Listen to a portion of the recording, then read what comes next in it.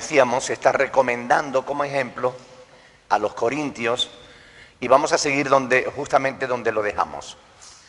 Vamos a leer el versículo 5, dice, vamos a leer desde el 4. Antes bien, nos recomendamos en todo como ministros de Dios, en mucha paciencia, en tribulaciones, en necesidades, en angustias, en azotes, en cárceles, en tumulto, en todas estas cosas ya las habíamos meditado. Hoy vamos a seguir en trabajos, vamos a seguir ahí donde lo dejamos. Pablo se está recomendando como ejemplo a la iglesia de Corinto y les dice también en trabajo. Pero la palabra que usa Pablo aquí no se refiere solo a trabajar, se refiere a un trabajo arduo, difícil, un trabajo pesado, un trabajo duro, a sufrir penalidades, un trabajo donde se sufre penalidades, un trabajo donde se sufren molestias. Ayer hablábamos en la reunión de las mujeres, una hermana preguntó, bueno, ¿qué hacer cuando realmente en un trabajo tenemos molestias, ¿no? Porque en realidad todos los trabajos causan molestias, pero hay algunos que son más difíciles de soportar que otros, ¿verdad? Sobre todo las hermanas que trabajan en camareras de piso, que en los hoteles es un trabajo muy duro, saben realmente que hay trabajos más duros que otros, ¿no? Y Pablo se está refiriendo a eso, él realmente se pone como ejemplo. Ahora, yo quiero hacerles una pregunta a ustedes en esta tarde que quiero que me respondan. ¿Tenía Pablo derecho a ser sostenido por la iglesia económicamente hablando? ¿Tenía Pablo derecho a ser sostenido por la iglesia? Sí, lo tenía. Ahora, así es como lo enseñó el Señor Jesús, ¿verdad? En Primera de Corintios, vamos a verlo en Primera de Corintios capítulo 9, versículo 14. Primera de Corintios capítulo 9, versículo 14, dice Pablo, así también ordenó, es un mandato, ordenó el Señor a los que anuncian el Evangelio, ¿qué ordenó? Que vivan del Evangelio. Es decir, él como apóstol de Jesucristo tenía derecho a ser sostenido por la iglesia. Sin embargo, ¿recibió Pablo salario de la iglesia de Corinto? No. ¿Y por qué no?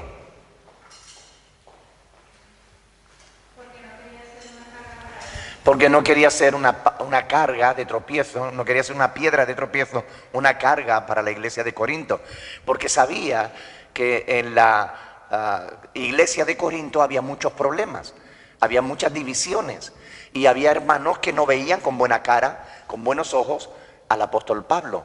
Y para no serles tropiezo, él no recibió salario de la iglesia de Corinto. Aún teniendo derecho a ello, él prefirió no hacerlo, renunció. Ahora, ¿qué hizo para mantenerse a sí mismo y a sus colaboradores? Trabajar con sus propias manos. ¿Y en qué trabajaba Pablo? Arquitecto no. Fabricando tiendas. Fabricaba tiendas de campaña, tiendas de estas que son montables y desmontables, ¿no? Vamos a ver, por ejemplo, Hechos de los Apóstoles, capítulo 18.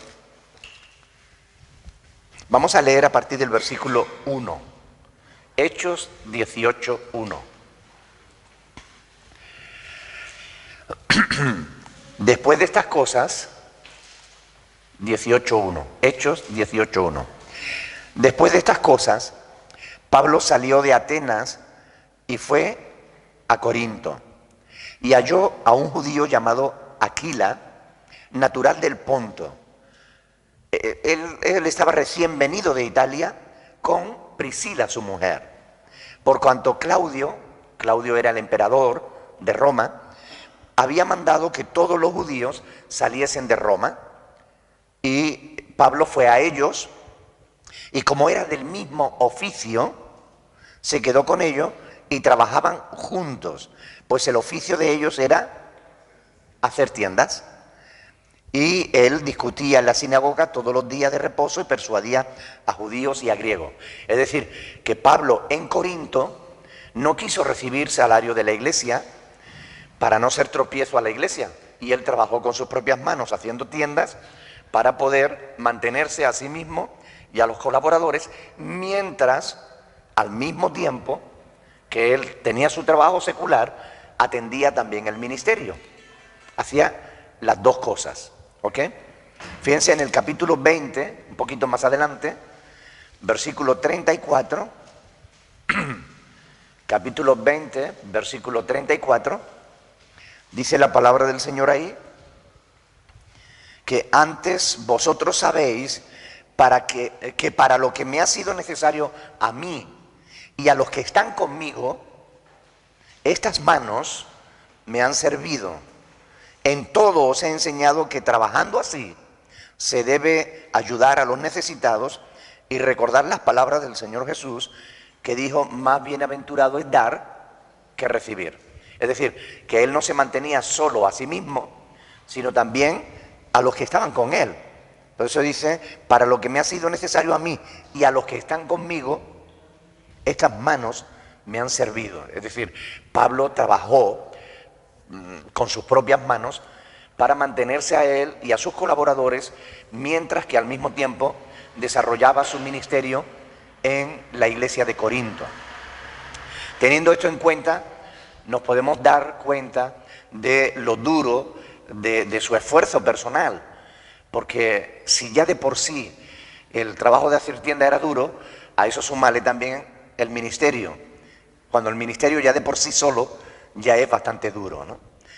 Porque el esfuerzo mental y sobre todo el esfuerzo espiritual que se requiere con frecuencia resulta a veces más duro que un trabajo físico. Las que trabajáis de una forma física a lo mejor no lo veis igual, pero créanme, por experiencia les digo que el trabajo mental y el trabajo espiritual a veces es tan duro o más duro que el trabajo físico. Normalmente, pastor, suele, en el caso de Pablo, usted que se llama, son dones, muchas veces, o sea, no sé cómo explicar, un don de creatividad, de cosas en la otra, como el caso de Pablo. En realidad, todos los pastores tenemos ese llamado y tenemos esa capacidad, o por lo menos debiéramos tenerlos, el llamado y la capacidad de Dios para hacer eso, ¿no? Para poder hacer eso.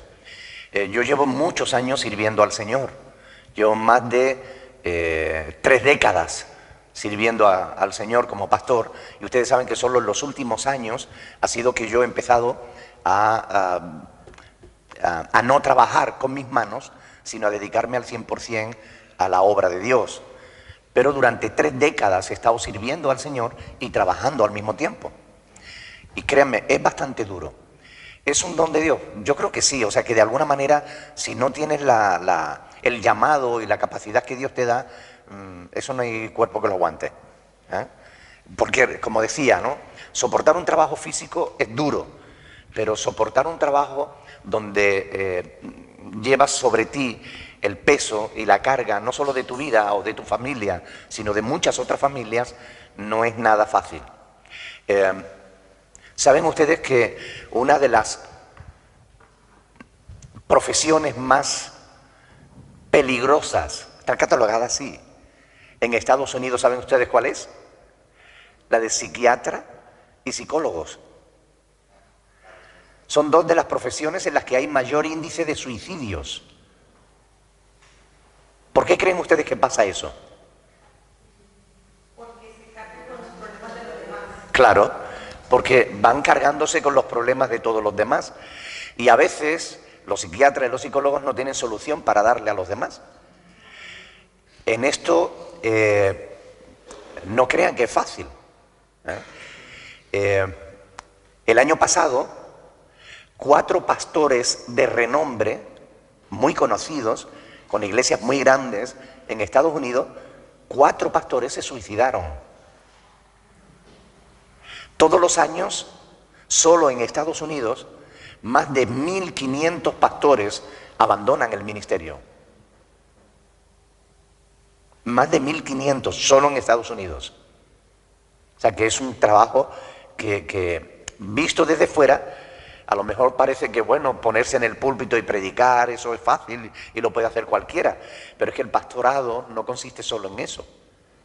Para estar aquí 1 hora hablando, se necesita estudiar de 8 a 10 horas.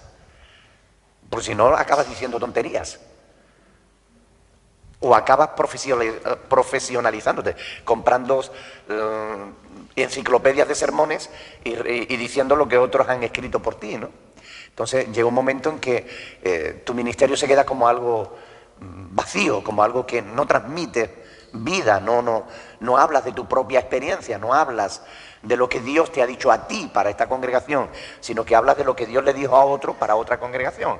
Y eso no es lo que el alimento que el pueblo de Dios necesita, ¿no?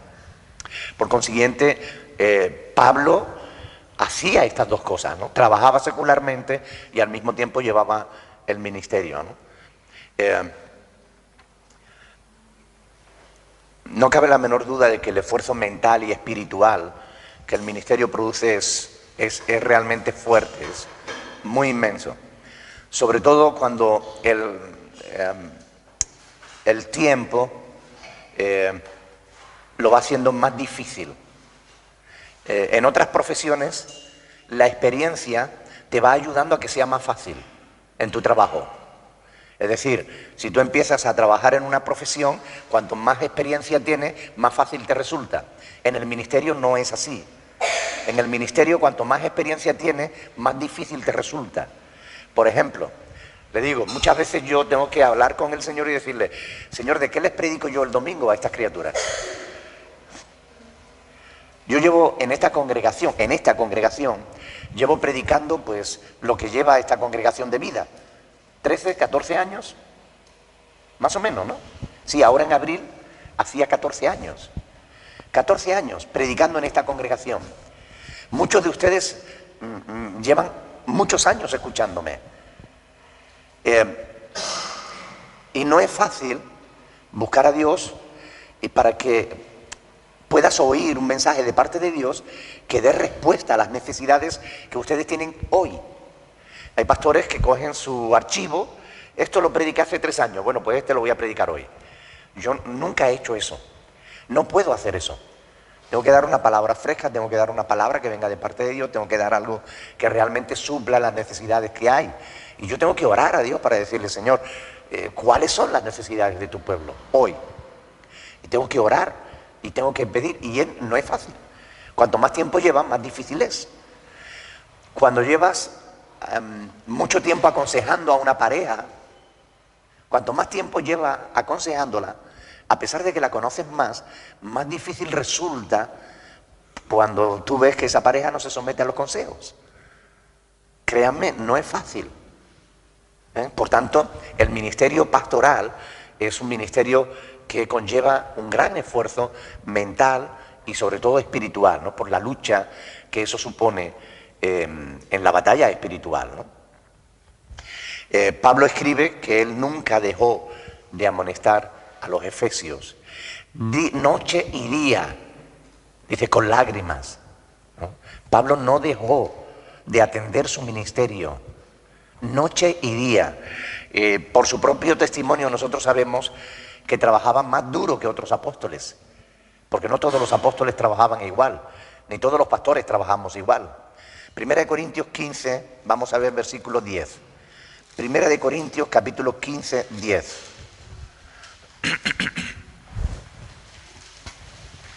Ahí Pablo está hablando de él y de los demás apóstoles. Y en 1 de Corintios 15:10, Pablo dice, pero por la gracia de Dios soy lo que soy, y su gracia no ha sido en vano para conmigo. Antes, ¿qué dice ahí? He trabajado más que todos ellos. Se refiere al resto de los apóstoles. Porque fíjense en el versículo anterior, porque yo soy el más pequeño de los apóstoles. ¿Ven? Él está hablando de los apóstoles. Que no soy digno de ser llamado apóstol porque perseguía la iglesia de Dios. pero por la gracia de Dios soy lo que soy. Y su gracia no ha sido en vano para conmigo, antes bien he trabajado más que todos ellos, pero no yo, sino la gracia de Dios conmigo. Amén. Por tanto, Pablo era una persona que se tomaba en serio su responsabilidad. Por eso él cada día tenía que acudir al Señor en busca de la fuerza necesaria. Y cada pastor que se precie, cada siervo de Dios, cada persona que quiera mantenerse firme en el ministerio y no caer, tiene que buscar a Dios cada día. Buscarle para encontrar en Él la fuerza, el apoyo, el desahogo, la necesidad de soltar las cargas, ¿no? Lo necesitamos cada día. Y Pablo lo hacía. Estoy convencido de que esa es la clave para mantenerse firme en el ministerio y no desmayar, ¿no? Y Pablo es un buen ejemplo a seguir. Pablo era un hombre que trabajaba, era un hombre que ministraba, era un hombre que se preocupaba por la iglesia siempre. Por tanto, seguimos adelante. Segunda de Corintios, capítulo 6, dice, hemos visto en el versículo 5, trabajos, dice, en desvelos. ¿Ustedes saben lo que son desvelos?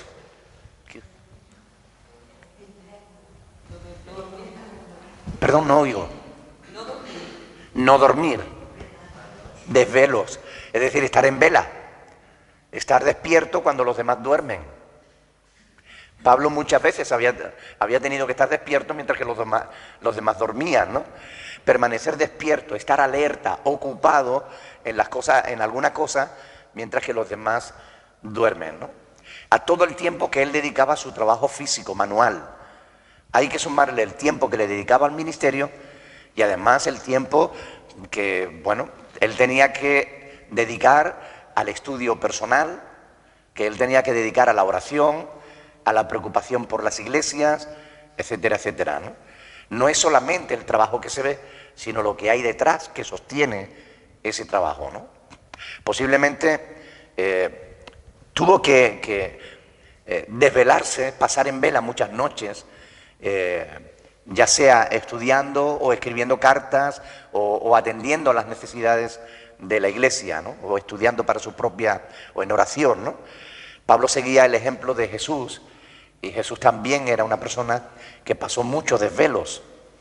Si ustedes ven Marcos capítulo 1, por poner un ejemplo, Marcos capítulo 1, versículo 35,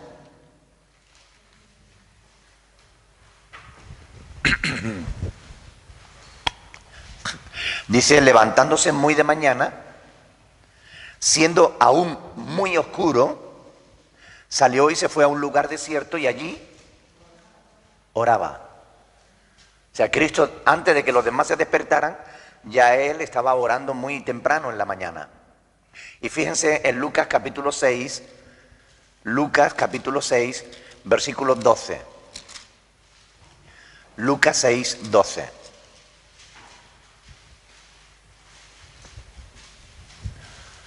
Dice, 6:12, en aquellos días él se fue al monte a orar, ¿y qué dice? Y pasó la noche orando. Y esto no lo hacía una sola vez, era habitual en la vida de Jesús, ¿no? Y Pablo seguía el ejemplo de Jesús. Era un luchador en la oración, él buscaba al Señor en las tranquilas horas de la noche, ¿no? En ocasiones yo he tenido que estar hasta altas horas de la noche respondiendo correos llenos de preguntas y consultas de la gente que escriben, de personas que no tienen quien les responda, ¿no? Y algo que le sorprende a la gente muchas veces que me escriben de México, de Argentina, de Perú, de diferentes lugares, algo que les sorprende es que me escriben y que reciben respuesta. Y ellos casi como que no se lo creen, ¿no?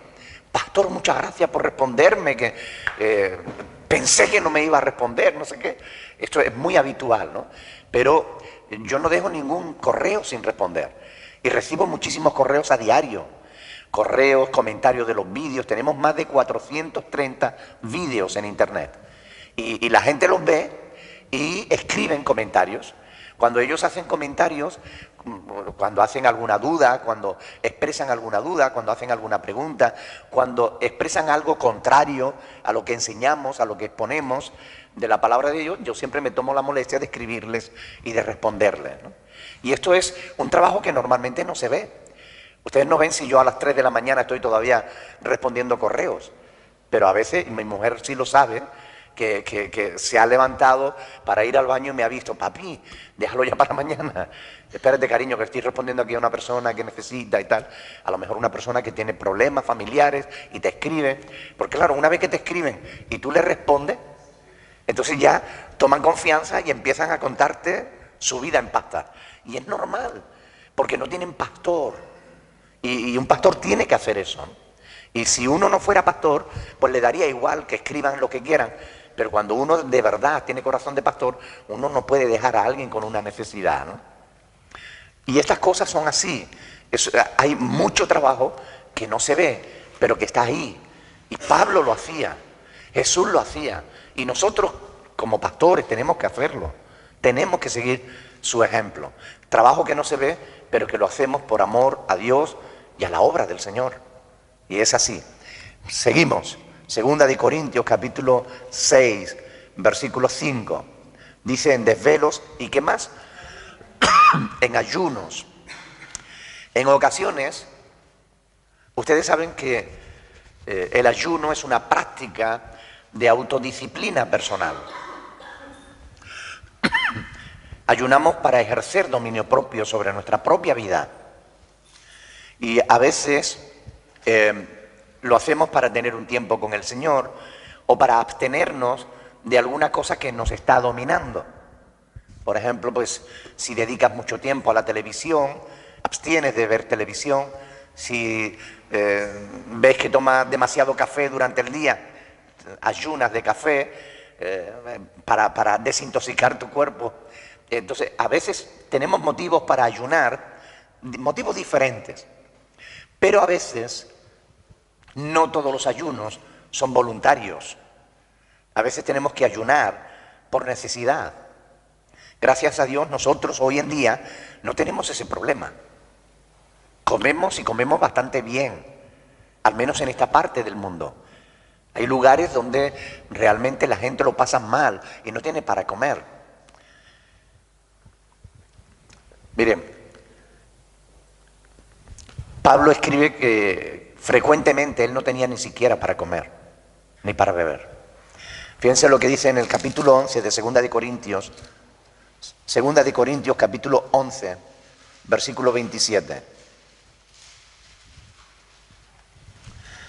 Está haciendo una lista similar a la que estamos estudiando, y él dice en el versículo 27, en trabajo y fatiga, en muchos desvelos, ¿en qué más? En hambre y sed, en muchos ayunos, en frío y en desnudez. Es decir, Pablo está hablando de hambre no voluntaria, sino porque se vio en muchas situaciones que no tenía para comer. Y esto él lo dice también en otro lugar, en la epístola a los Filipenses. ¿Cuántos conocen el pasaje que dice, todo lo puedo en Cristo que me fortalece? ¿Verdad? Ahora, ¿saben ustedes por qué Pablo dijo esas palabras? Vamos a leerlo. Filipenses, capítulo 4. Vamos a leer a partir del versículo 10. Dice, en gran manera me gocé en el Señor de que ya al fin hayáis revivido vuestro cuidado de mí, de lo cual también estabais solícito, pero os faltaba la oportunidad. Es decir, la iglesia de Filipo le envió una ofrenda para el sostenimiento del apóstol Pablo, porque si bien es cierto que él no recibió dinero de Corintio, ¿ok? No quiso recibir sustento de Corinto, eso no significa que Pablo no recibiera sustento, lo recibía de otras iglesias, por ejemplo de la iglesia de Filipo. Y él dice, en gran manera me gocé en el Señor de que ya al fin hayáis revivido vuestro cuidado de mí. Se ve que por un tiempo no le enviaron nada. Dice, de lo cual también estabais solícitos. Él reconoce que los hermanos hubieran querido enviarle, dice, pero os faltaba la oportunidad. Entonces, no pudieron, ¿no? Dice, no lo digo porque tenga escasez, pues he aprendido a contentarme, ¿qué dice? cualquiera que sea mi situación. Sé vivir humildemente y sé tener abundancia. En todo y por todo estoy enseñado, así para estar saciado como para tener hambre. Así para tener abundancia como para padecer necesidad. Todo lo puedo en Cristo que me fortalece. Es decir, esta frase famosa de todo lo puedo en Cristo que me fortalece, no es que yo puedo conquistar España para Cristo o que yo puedo hacer grandes cosas si me lo propongo. No, no se refiere a eso.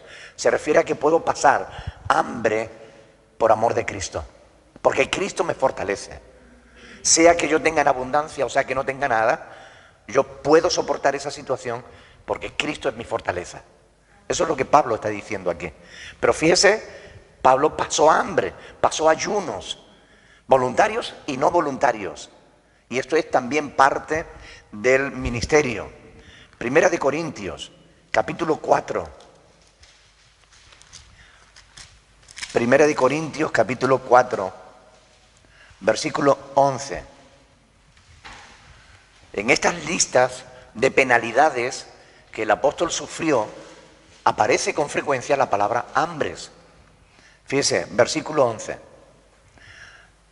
Hasta esta hora padecemos hambre, tenemos sed, estamos desnudos, somos abofeteados y no tenemos morada fija. Esta era la vida del apóstol Pablo. Hay quien pinta al apóstol Pablo como si fuera poco menos que un terrateniente. Pero el apóstol Pablo, como Jesús, ¿no?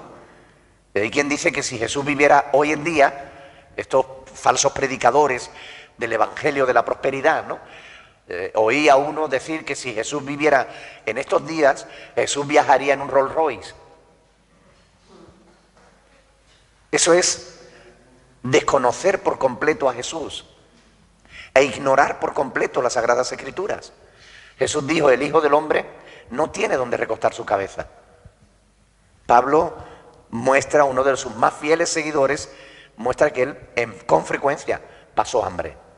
Y aún así él dice, todo lo puedo en Cristo que me fortalece. Es decir, y ese es el ejemplo que tenemos que seguir, ¿no?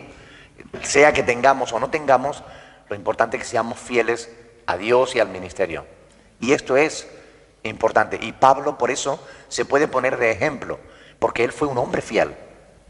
A pesar de que lo criticaban en Corinto, a pesar de que aquellos falsos apóstoles que habían venido de Jerusalén estaban llenando a la iglesia y a la congregación de falsos rumores, como que Pablo no era, que Pablo había que... A pesar de todo eso, Pablo era un hombre que se podía poner de ejemplo, porque su vida era una vida de fidelidad a Dios, de entrega sincera. Él no predicaba el evangelio por ganancias deshonestas, él predicaba el evangelio porque tenía un compromiso con su Señor. Y él dijo, todo lo que tenía lo tengo por basura por amor de Cristo. Todo. Él lo abandonó todo. Por lo cual, como decía, él pasó hambre. Bien, los versículos anteriores, estos versículos que hemos estado meditando en 2 de Corintios 6 hasta este versículo 5, han hablado de 9 cosas difíciles, 9 circunstancias que Pablo tuvo que soportar en su ministerio. Ahora va a continuar con otras 8 cosas, pero ya no son de penalidades, sino son más bien de regalos del cielo, ¿no? Son cosas diferentes. Por eso sigue diciendo en pureza. Y la palabra que se usa aquí es justamente eso, algo puro, algo limpio. Tiene que ver, aunque aparece este vocablo 8 veces en el Nuevo Testamento, solo aquí aparece la palabra pureza. Aparece en otros pasajes como puro, como limpio, como santo incluso, pero este vocablo se refiere a la santidad en cuanto a las relaciones sexuales. Pablo en sus relaciones era moralmente puro, era un hombre moral y sexualmente puro. De hecho, Pablo era un hombre que tenía don de continencia.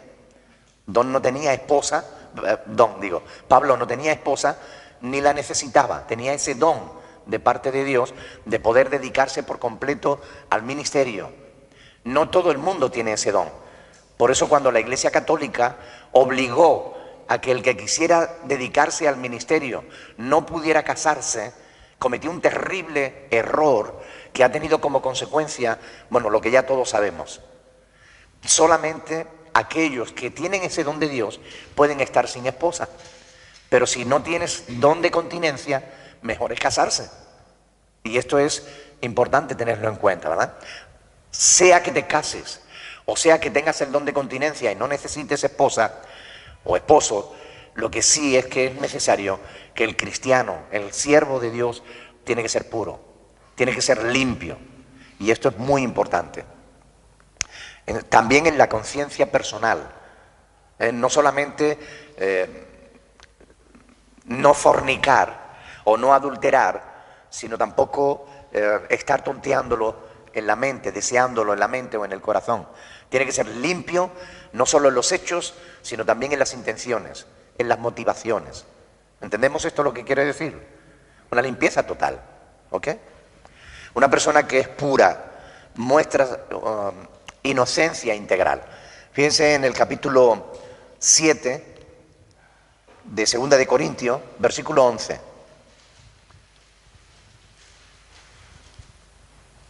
Porque aquí, esto mismo de que hayáis sido contristados según Dios, ¿qué solicitud produjo en vosotros? ¿Qué defensa? ¿Qué indignación? ¿Qué temor? ¿Qué ardiente afecto? ¿Qué celo? ¿Qué vindicación? En todo os habéis mostrado, ¿qué dice? Limpios en el asunto. Limpio, la palabra que aparece aquí, limpio, es la misma que aparece en el capítulo 6, versículo 7, que habla de pureza, limpios, puros. Filipenses 4:8, Pablo dice que tenemos que pensar en todo lo puro. ¿Puede decir también casto? ¿Perdón? Casto. Sí, puede ser casto. Casto, de castidad, sí, claro. Bueno, pero no necesariamente, porque como digo, se puede ser puro aún en el matrimonio. Es decir, yo estoy casado, pero puedo mantenerme puro si no mantengo relaciones con otras personas, pero además guardo mi pensamiento de no juguetear con el pecado, ¿no? Se puede ser puro en ese sentido. La castidad tiene que ver con la abstención de las relaciones sexuales. Y en este sentido, solo quien tiene don de continencia es quien realmente puede ser absolutamente casto. Es decir, no necesita mantener relaciones sexuales porque no tiene tentación en esas áreas, ¿no? Pero no todo el mundo tiene ese don. Entonces, más bien muy poca gente tiene ese don. Por tanto, como dice el Señor en Génesis, ¿no? No es bueno que el hombre esté solo, ¿no? Por eso creó a la mujer. No para que la mujer estuviera sola, tampoco es bueno que la mujer esté sola. Para eso hizo Dios a la mujer, y que hombre y mujer pudieran darse compañía, comprensión, cariño, amistad y todo lo demás, ¿no? Así pues, Pablo, como digo, se sigue poniendo como ejemplo, y lo hace también en pureza, en santidad, en limpieza. Y un siervo de Dios tiene que ser limpio, porque esto es muy importante. Uno de los pecados que más ministerios ha destruido es el tema de la sexualidad. Hay 3 áreas que se estudia ya en el seminario, se estudia. Las 3 áreas de mayor riesgo para un siervo de Dios es la sexualidad, es el tema de la economía, es decir, la ambición, la codicia, y es también el problema de la manipulación, es decir, el ejercer autoridad y el acabar manipulando a la gente por la autoridad que se ejerce. Son esas 3 áreas de peligro en las que un siervo de Dios se tiene que cuidar, se tiene que guardar. Bien, seguimos. En pureza, ¿qué dice más?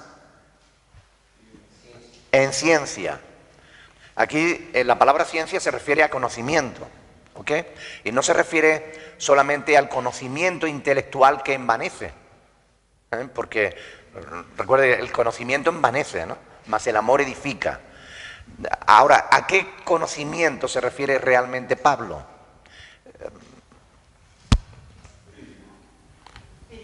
Espiritual. Está pensando en el conocimiento de Dios, en el conocimiento de las cosas que tienen que ver con la salvación, conocimiento de la palabra de Dios. ¿Recuerdan lo que Pablo dice en 2 de Timoteo 3:15? Dice que ha sabido las sagradas escrituras, las cuales te pueden hacer sabio para salvación. A ese conocimiento es al que Pablo se está haciendo referencia, ¿no? Fíjense en el capítulo 4 de 2 de Corintios, versículo 6, dice: porque Dios, que mandó que de las tinieblas resplandeciese la luz, es el que resplandeció en vuestros corazones para iluminación del conocimiento de la gloria de Dios en la faz de Jesucristo. Conocimiento de la gloria de Dios en la faz de Cristo, ¿no? El conocimiento espiritual que tenemos de Dios es el que Él nos ha revelado y en la vida y obras de Cristo y en las Escrituras. Pablo fue bendecido con ese don, el don de conocimiento, de manera que pudiera compartir con los corintios pues la visión que él tenía del Evangelio, ¿no? ¿Tenemos ese conocimiento? ¿Tenemos el conocimiento, la ciencia que salva? Debemos ser sabios para salvación, ¿ok? ¿Saben cuál es el principio de la sabiduría, no? El temor del Señor, ¿verdad? Si quieres ser sabio, comienza por el respeto a Dios. Eso es lo que te va a hacer sabio, respetar a Dios. Yo quiero hacerle una pregunta y quiero que me digan si es verdadero o falso. El conocimiento de la verdad nos guarda de la mentira. ¿Verdadero o falso? El conocimiento de la verdad nos guarda de las mentiras. ¿Es verdadero o es falso? El conocimiento de la verdad nos guarda de la mentira. ¿Es falso?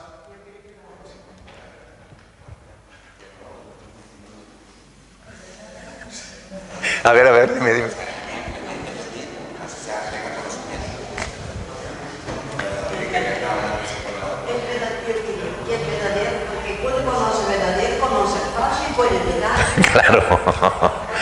Claro.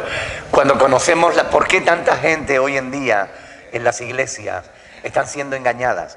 Porque no conocen la verdad. Entonces hay algunos falsos pastores que en verdad no son siervos de Dios, son gente que se sirven a sí mismos, que se aprovechan de la ignorancia que la gente tiene del conocimiento de la verdad para engañarles. Entonces, el conocimiento de la verdad nos ayuda a no ser engañados por la mentira. Es decir, el conocimiento de la verdad nos guarda de la mentira, eso es verdadero. Por eso es tan importante tener conocimiento.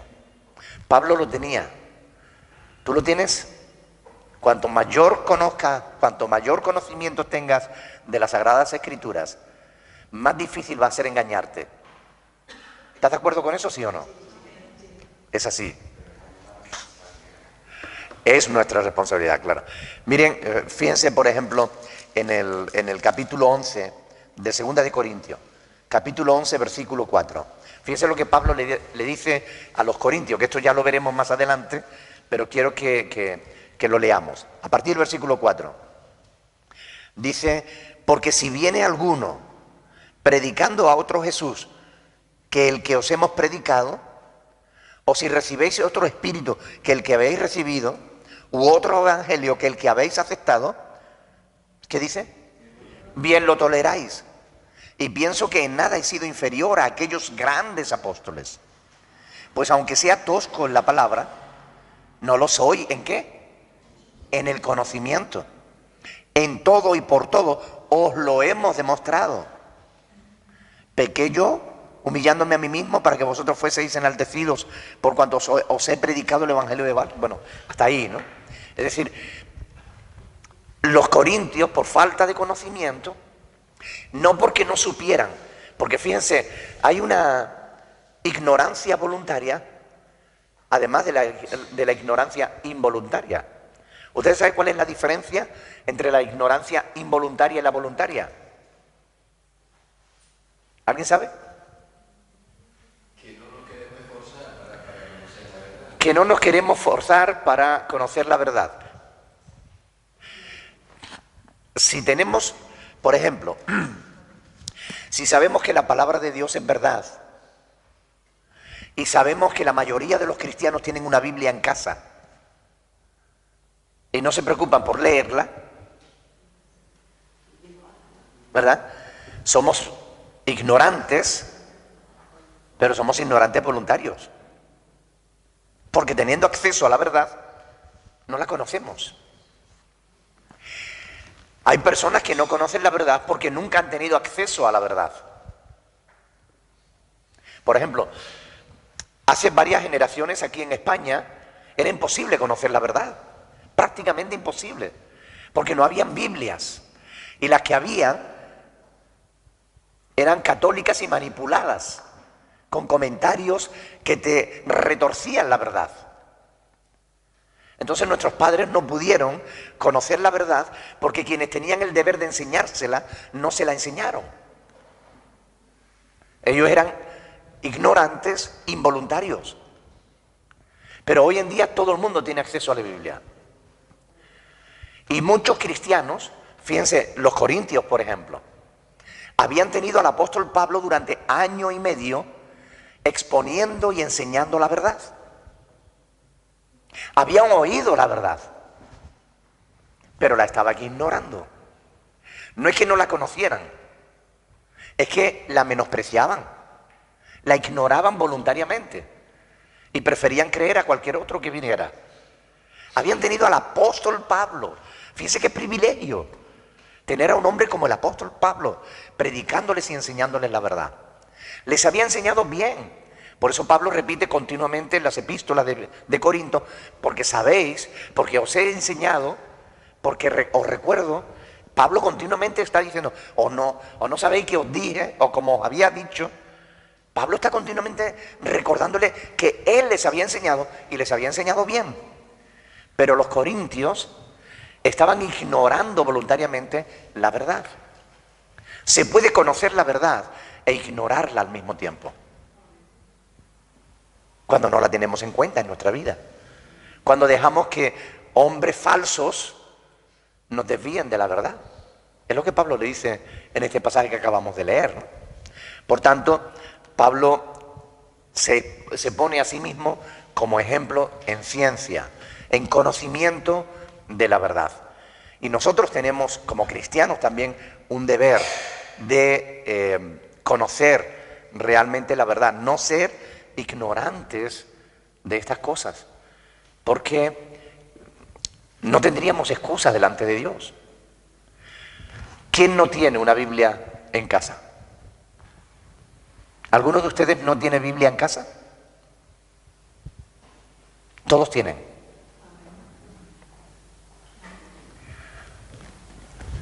No quiero que levanten la mano, pero les voy a hacer una pregunta y quiero que sean sinceros con ustedes mismos.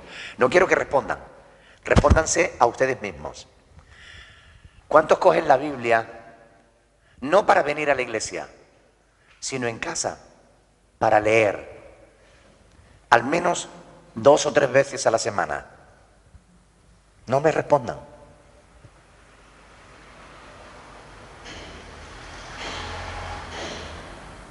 Muchas veces tenemos la verdad y la ignoramos al mismo tiempo. Entonces, tenemos el deber de conocer. Miren, ¿cuántas sillas vacías hay hoy aquí? Aunque se han puesto la mayoría aquí en este lado y no salen en la cámara, pero bueno, da igual. Hay sillas vacías hoy. Hay hermanos como que no aprecian realmente el conocimiento de la verdad. ¿Ustedes creen que es importante conocer la verdad, sí o no? ¿Por qué? Para no ser engañados. Para no resbalar. Para estar seguros de que estamos en la verdad. Es importante. ¿Alguna pregunta?